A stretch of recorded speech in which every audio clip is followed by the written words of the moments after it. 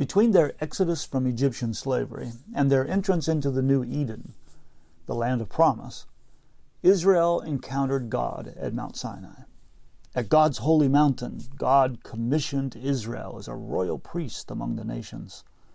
At Sinai, God announced the good news of divine grace and entrusted Israel with a vocation. The good news is that God carried Israel on eagle's wings from Egypt to Sinai in order to begin a new relationship with them. God entered into covenant with them so that they would become God's own possession. God would be their God, and they would be God's people. God blessed Israel with God's own presence and gave them status as God's firstborn among the nations. This status, however, came with responsibility. When God created humanity as the image of God, humanity was invested with the responsibility to fill the earth with divine glory and care for it. In a similar way, when God created Israel, God entered into covenant with them and called them my children, and God gave them a responsibility, a mission, a vocation. Like humanity in the beginning, this mission arises out of their role as royal priest. Just as humanity, as the image of God, is a royal priest within the creation, so Israel is a royal priest among the nations. As royalty, they represented God in the world. They embodied the values and life of God in their own community as God's ambassadors. As priests, they mediate the presence and grace of God in the world. In their priestly role, Israel receives God's blessing in order to bless the nations, and they invite the nations to hear the word of the Lord.